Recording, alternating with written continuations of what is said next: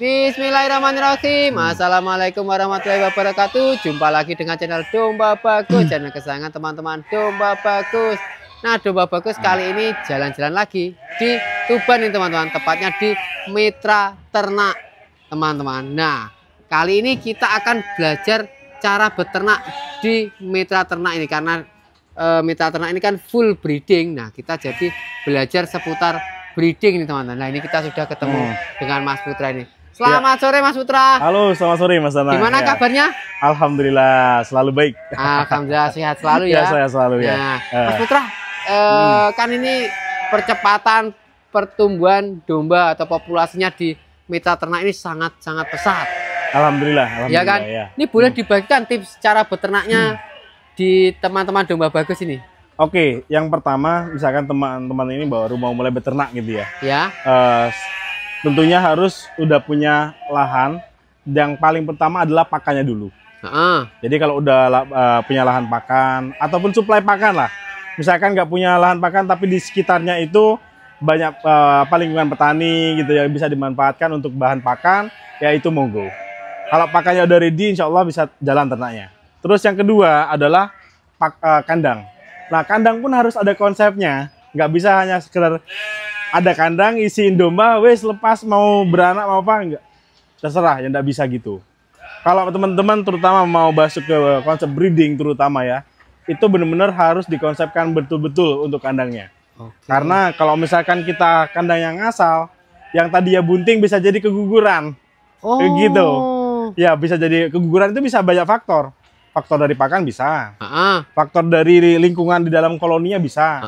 Kalau dia misalkan satu koloni 15 anggaplah ya.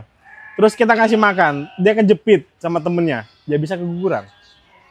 Kayak gitu. Makanya luasan kandang pun harus diukur benar-benar, disesuaikan. Misalkan dia lahiran di dalam satu koloni tersebut, supaya anaknya nggak keinjak. Kalau misalkan dia masih ada space, masih ada ruang di situ. Ya. Gitu. Jadi yang pertama tadi pakan, terus lahan buat kandangnya dan manajemen kandang. Dan manajemen kandangnya. Nah, terus yang keempat itu adalah perawatan treatment terkait pasca lahiran, terutama untuk breeding ya. Karena memang anakan ini kan sangat rentan kematian, sensitif lah. Ya. Bakteri-bakteri pada saat dia lahir itu kan masuk semua. Tapi kalau misalkan kita treatmentnya udah bagus, misalkan dia lahiran terus induknya dikasih vitamin, induknya udah jelas mau nyusuin misalkan, ya udah kita biarin kalau dia mau nyusuin. Tapi kalau induknya nggak mau ngopeni, nggak mau nyusuin, ya kita yang harus kerja effort lebih ya. Nah, jadi misalkan buat merah susu gitu kan. Terus juga kalau misalkan udah berapa hari usia di atas 2 minggu bisa ditambah untuk formulanya kayak gitu. Jadi teman-teman harus telaten kalau yang breeding ini. Kalau apa namanya fattening mungkin di boosting pakan gitu ya. Perhatikan nutrisinya udah cukup ya. Jadi ngejar untuk BCS-nya bisa, atau apa namanya ya ADG ya. Nah, itu kita bisa lihat secara ini apa namanya kasat mata. Tapi kalau misalkan yang gini, kalau yang breeding ini benar-benar harus telaten untuk ngopeni si anakan ini. Terus indukan kalau misalkan keguguran, supaya dia nggak produktivitasnya nggak terganggu, dia harus diperas juga. Susunya harus diperas. Kalau enggak ya bisa jadi ada potensi untuk mastitis. Penyakit lagi. Kalau udah kena mastitis, susah lagi untuk bunting. Padahal breeding ini yang dicari adalah anaknya ya. Anaknya, betul. Tapi kalau sampai keguguran dan lain, faktor kerugiannya banyak sekali ya Mas ya. Satu, rugi pakan, rugi waktu gitu kan ya. Rugi anak-anaknya mati. Gitu. Tapi ya fase itu pasti teman-teman bisa pasti hadapi lah. Dan kita harus bisa mengcounter ataupun memecahkan masalah itu. Karena terus terang di masing-masing tempat itu pasti ada masalahnya masing-masing. Nah, contoh di sini ada masalah terkait kematian anakan yang kembar 4 misalkan. Nah, itu faktornya apa? Ya kita harus bedah lagi. Mungkin nanti ada nutrisinya harus ditambah kah gitu. Makanya kalau teman-teman punya USG ataupun ada dokter hewan terdekat, itu bagus tuh supaya teman-teman misalkan kalau breeding bisa dapat rekomendasi, oh Pak, ini dombanya bisa kemungkinan kembar 3. Nutrisinya ditambahin aja Pak. Nah, jadi makanya teman-teman kalau misalkan udah populasinya besar, harus punya yang namanya tim dokter hewan ataupun tim kesehatan. Supaya kita tahu nih, ini domba yang harus membutuhkan nutrisi yang lebih. Oh, ini cukup sekian gitu. Jadi memang walaupun populasinya banyak, per ekornya pun tetap kita perhatikan. Oh, gitu. Biasa teman. Jadi awalnya adalah bang pakan. Bang pakan dulu. Keduanya kandang. Kandang. Oh, kalau jenis domba Mas, gimana Mas? Nah, kalau jenis domba tergantung kita ya. Misalkan teman-teman menggunakan lokal. Nah, tapi pastikan pejantannya bagus. Jadi harus ada salah satu nih. Kalau pejantannya lokal, indukannya lokal, ya mungkin dapatnya lokal juga. Iya kan? Tapi kalau pejantannya misalkan cross texel, ada crossingan. Terus ada mungkin Dorper F1, F2, ataupun Dorper full blood. Ya minimal kita punya ada opportunity untuk mendapatkan genetik yang lebih bagus. Gitu. Ya perbaikan generasi lah gitu ya. Ya. Nah, tapi kalau domba yang lokal-lokal ini Mas, kan dengan sekarang eranya peternak modern lah ini katanya. Betul. Kita dikandangkan dan tidak sistem angon. Apa masih menguntungkan Mas? Ya, kita juga sudah mulai ini sejak 2 tahun atau 3 tahun terakhir ini, alhamdulillah masih menguntungkan. Dan mempunyai potensi yang bagus juga. Karena harganya kompetitif dan bersaing lah ya. Dalam artian mungkin yang lainnya itu harganya udah 4 juta, 5 juta. Nah, ini masih bisa di bawahnya dan bisa terjangkau oleh kalangan, semua kalangan lah. Seperti itu. Jadi pasarnya jauh lebih besar. Cuma syaratnya tadi harus dikawinkan dengan pejantan yang lebih bagus. Jadi kita harus pilih satu lah, minimal satu. Kalau dua-duanya bisa bagus itu baik. Gitu kan. Tapi kalau kita belum bisa afford untuk itu, jadi teman-teman misalkan punya domba indukan lokal, ya minimal investasi ke pejantannya lah. Investasi ke pejantannya. Iya, kan pejantan ini kan akan kawin, akhirnya dapat anakan yang bagus. Dapat anakan yang bagus. Gitu. Berarti kayak gitu teman-teman. Kalau untuk jenisnya nggak apa-apa lokal, yang penting pejantannya itu bagus. Betul. Berarti jantan-jantan lokal ini harus sembelih aja ya kan? Ya, sebetulnya kan tergantung kebutuhan, tetap butuh juga lah. Ya kan, supaya kita juga pas di kurbanan gitu kan. Supaya misalkan kita budget. Nah, jadi jangan dimusnahkan juga pejantan lokal. Bahaya gitu kan. Jadi pejantan lokal ataupun domba lokal tetap harus dilestarikan. Nah, jadi walaupun memang sekarang ini peternakan modern udah bersaing nih, domba impor semua. Gitu kan, domba kualitas grade A semua ya. Tapi tetap yang lokal ini tetap harus kita lestarikan. Bahkan jangan sampai misalkan kita juga harus kenal yang namanya domba lokal Indonesia itu apa sih? Ya, mungkin banyak nggak tahu kan. Nah, jadi kita harus belajar terkait itu. Oh, otentiknya domba Indonesia ini yang mana? Jangan taunya Dorper tok. Ya punya Australia taunya kan. Texel tak punya orang luar negeri semua. Yang kita harus banggakan lokal ini apa gitu, harus punya. Gitu. Nanti tiba-tiba Australia pindah ke Indonesia. Makanya makin kaya mereka ya kan. Kita harus diberdayakan juga. Dah Mas Putra, kalau apa itu namanya kan di sini breeding. Breeding ini bisa nggak sih disetel bisa langsung beranak serentak kayak gitu, bisa nggak? Ya, kalau mau kayak gitu mohon maaf Mas, ini bukan robot. Jadi gitu kan. Jadi kalau misalkan ini karena ini hewan ternak hidup, memang akan menyesuaikan dengan masing-masing hewan ternaknya. Gitu kan. Misalkan satu koloni ini 1 berbanding 15. Ya, kita targetkan misalkan dalam 1 bulan bunting semua. Ya mungkin dari 15 ini ada errornya, mungkin ada 3 ekor yang nggak bunting. Gitu ya. Jadi pasti ada errornya. Nggak mungkin 100% bisa kita setting tanggal 1 kita kawinkan, tanggal 2 bunting semua, nggak bisa. Ya gitu. Mungkin ada, misalkan bulan pertama kita kawinkan, mungkin ada baru bunting bulan kedua, bulan ketiga. Kayak gitu. Jadi dia berproses seperti itu. Nggak bisa dalam satu waktu kita setting, tiba-tiba bunting semua, bulan depan atau 6 bulan kemudian lahiran semua. Enak banget kalau kayak gitu. Atau bisa disetting jumlah anaknya. Bisa jumlah anaknya lagi. Luar biasa itu. Cuman kalau untuk anakan itu ada polanya biasanya Mas. Ada polanya. Berdasarkan studi akademis pun, itu pola kelahirannya pun 1-2-1 biasanya. Gimana itu? Jadi biasanya kalau darah, kelahiran pertama itu biasanya 1 ekor. 1 ekor. Terus kelahiran kedua, laktasi kedua itu biasanya kembar. Terus kelahiran ketiga biasanya 1 ekor lagi. Nah, itu berdasarkan pengalaman ataupun secara studi akademis pun seperti itu Mas. Oke. Jadi ada studi ilmunya ada juga studi ya? ilmunya. Tapi kata orang-orang itu kalau sudah genetik beranak 2 selalu beranak 2 gitu, gimana itu? Mungkin ada juga beberapa ekor yang seperti itu, tapi tidak semua. Dalam artian, kok kata dia bilang di akademisnya 1-2-1, itu kan kebanyakannya. Tapi tidak menutup kemungkinan ada yang dari awal udah kembar terus. Contoh Garut tuh misalkan. Itu banyakan kembar. Itu kan. Jadi memang ada beberapa jenis yang memang potensi untuk dapat kembar itu lebih tinggi. Gitu. iya iya. Nah Mas Miftah, kapan sih peternak ini bisa jualan? Peternak bisa jualan.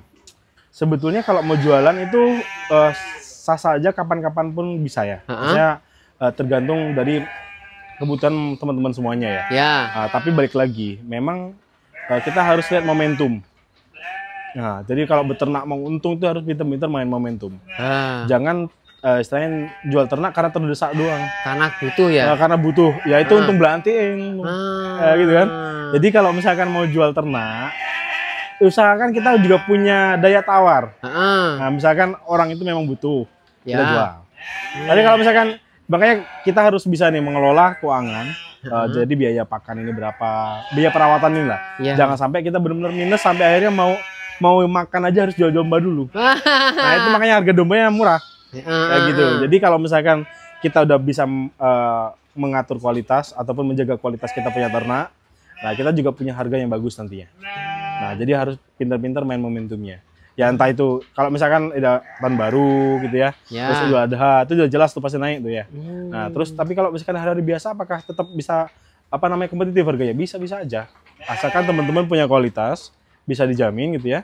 Terus juga teman-teman yang tadi jualnya nggak pada saat teman-teman butuh doang. Nah, kalau bisa ya karena kita di sini juga makin berkembangnya untuk pertumbuhan jumlah peternaknya ataupun yang konsumsi domba juga makin tinggi. Baik itu resto ataupun pedagang kaki lima itu juga makin banyak, jadi kebutuhannya juga pasti ini banyak yang nyari gitu. Jadi kita harus punya daya tawar juga. Berarti bisa juga ditata ya. Oh, ini domba ini layak untuk di-breeding lagi. Betul. Domba ini layak masuk warung sate. Iya. Oh, nanti waktu Idul Kurban, nanti ini sudah dipilah-pilah kayak gitu ya Mas Putra ya. Kalau nggak gitu kita rugi pakan juga, rugi waktu. Jadi jangan ketika pas anak butuh untuk bayar sekolah jual dombanya.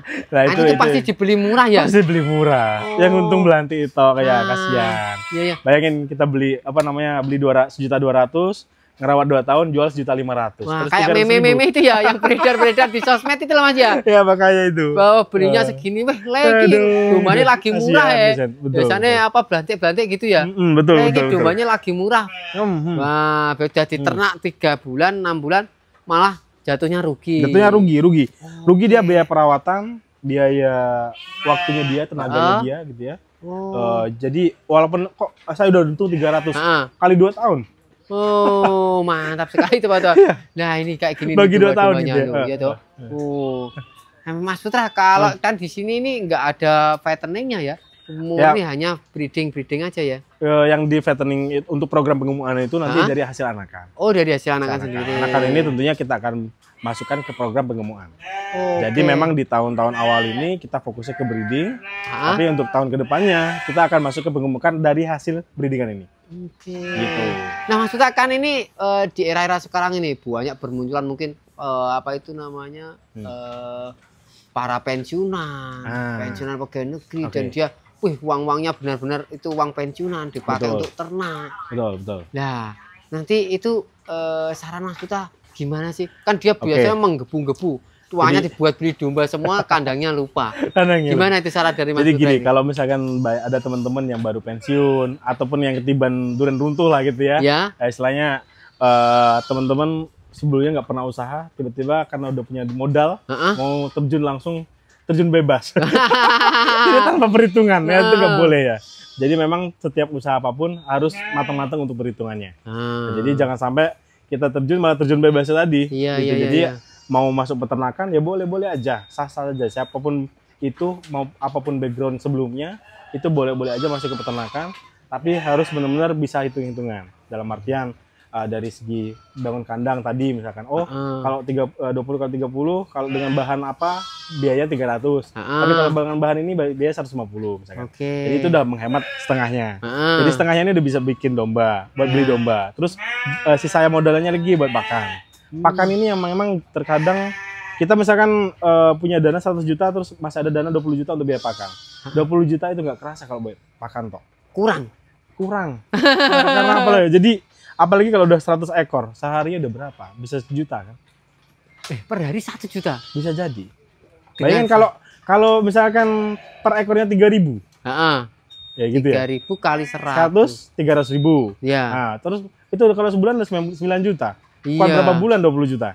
Cuma 2 bulan tok ya. Nah, terus 3 bulan makan apa? Nah, gitu ya. Jadi harus benar-benar kalkulasinya tepat. Oke, gitu ya.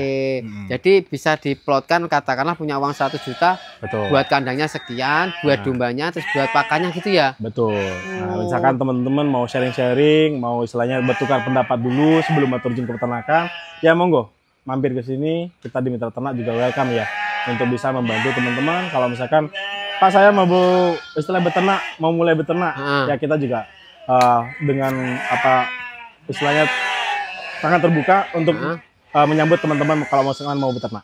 Oh iya ya. Nah Mas, kalau itu Mas apa namanya tadi biaya pakan itu harusnya kita save sampai berapa bulan Mas? Iya, tergantung, balik lagi dengan konsepnya. Kalau misalkan fattening 3 bulan dia ini ya perputarannya cepat. Jadi kita misalkan save buat 6 bulan pun udah oke. Udah oke. Iya.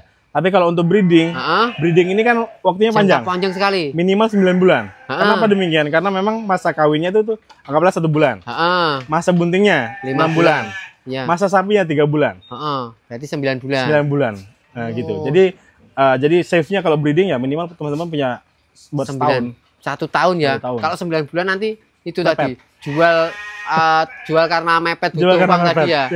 Jadi gitu. 1 tahun harus ada. Harus ada. Nah itu teman-teman, jadi keuangannya harus 1 tahun harus ada loh teman-teman. Loh, mantap sekali ini. Di sini dibagikan tips kayak gini teman. Nah kalau saran Mas Putra buat pemula ini berapa ekor sih Mas untuk memulainya Mas? Kalau untuk pemula banget ya, ya kalau misalkan memang belum tahu ada basicnya, ya itu mau dari 5 ekor nggak apa-apa. 5 ekor ya. Tapi kalau 1 kan ya misalnya emang tenaga lah, gitu kan. Tapi kalau 5, 10 gitu kan, itu ya teman-teman udah bisa ngitung-ngitung buat hasilnya juga kayak gitu kan. Jadi kalau misalkan baru pemula ya 5 sampai 10 itu udah maksimal. Nggak boleh lebih dari itu. Karena kalau misalkan udah 15 apalagi kalau masih ngurusin semuanya sendiri. Gelabakan. Jadi waktunya cuma buat domba. Nggak ada lagi tuh waktu nongkrongnya. Iya. Tapi kalau 10 juga dibawakan anak kandang juga rugi juga ya. Rugi. Bayar anak kandangnya ya. Bayar rugi. 15 juga rugi. Nah, gitu. Kayak gitu teman-teman. Oke Mas Putra, jadi kasih tips untuk peternak pemula ini agar ternaknya lancar-lancar dan kita bisa program swasembada pangan ini berjalan Mas Putra. Untuk peternak pemula yang pastinya adalah teman-teman pelajari dulu ilmunya, harus tahu basicnya dulu. Jangan sampai yang tadi tiba-tiba punya modal akhirnya terjun bebas. Jadi pahami dulu dasarnya, dalemin dulu ilmunya. Nanti kalau misalkan sudah matang, barulah teman-teman istilahnya mau ekspansi, mau scale up, ya silakan.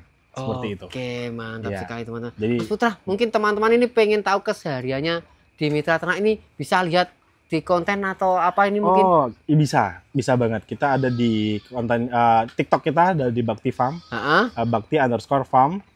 Itu teman-teman bisa cek ataupun di Mitra Ternak Indonesia. Itu teman-teman bisa lihat aktivitas kita keseharian di Mitra Ternak ini seperti apa. Jadi hanya main-main di TikTok ya? YouTube-nya belum ada? Ada, Mitra Ternak Indonesia. Oh, YouTube-nya juga ada juga? Cuman memang ya kita masih ini baru mulai lah ya. Mudah-mudahan nanti teman-teman bisa support juga dari Domba Bagus ini. Jadi nanti bisa kunjungi itu kalau mau lihat kesehariannya di kandang apa itu Mitra Ternak sini teman-teman. Kalau Domba Bagus kesini terus kan nggak mungkin teman-teman. Jadi bisa ngikuti itu, atau nanti kalau teman-teman penasaran bisa belajar langsung ke sini. Alamatnya di mana Mas Putra? Alamat kita di Desa Ngerayung, Kecamatan Pelumpang, Kabupaten Tuban. Nah itu teman-teman. Nanti nomor HP-nya saya tulis di deskripsi teman-teman. Oke Mas Putra, terima kasih. Terima kasih. Sharing-sharingnya banyak sekali nih teman-teman. Nah oke, bagi teman-teman Domba Bagus yang baru saja ketemu channel Domba Bagus, silakan subscribe sekarang juga karena subscribe itu gratis.